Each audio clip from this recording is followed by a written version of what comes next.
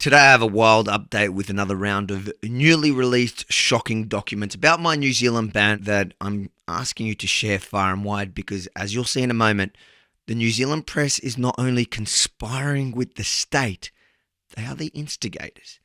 And the fight back is well and truly on, but I need your continued support and help at avilegalfund.com. Watch this all the way through.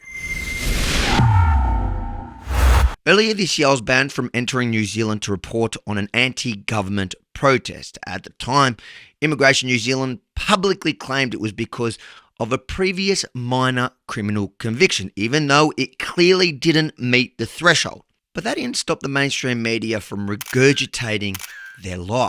And so far, imagine my shock, not even one correction, not even after an Interpol memo leak proving New Zealand police were trying to stop me from entering to cover the protest even before they knew about my previous minor conviction.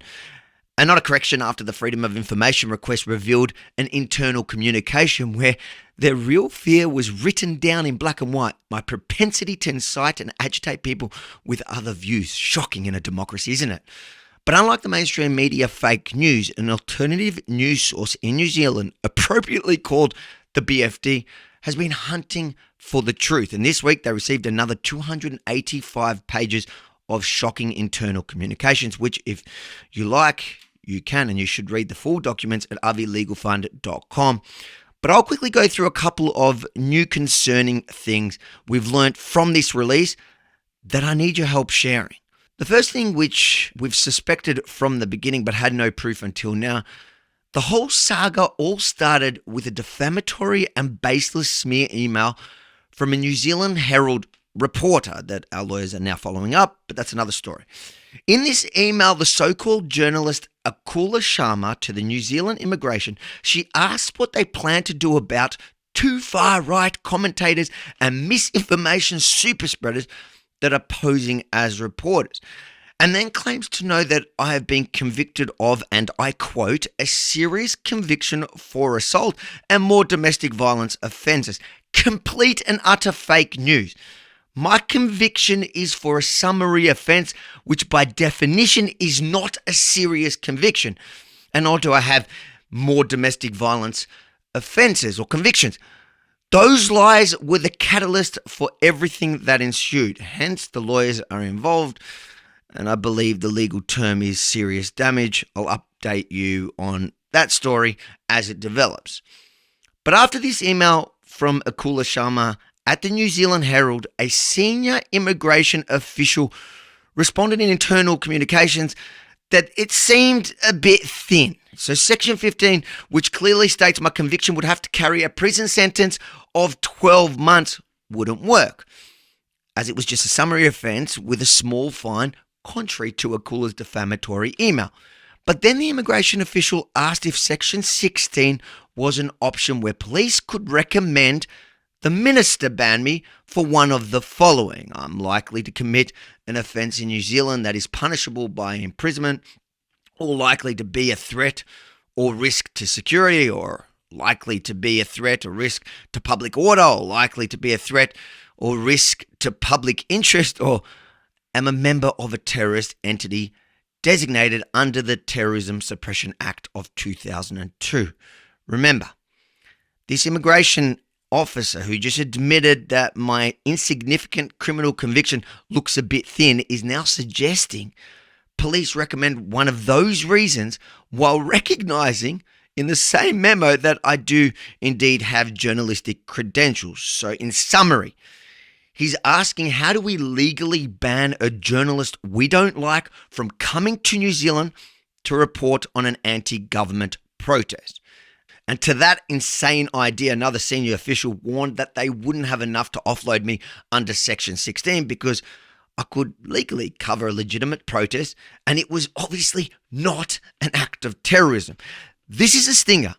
Judy Cunningham, who is an operations manager at Immigration New Zealand, warned the rest of the team at the time before they banned me. We need to be very careful here, because as far as I am aware, protesting in New Zealand is legitimate, and this person is coming to put their lens on it in the media.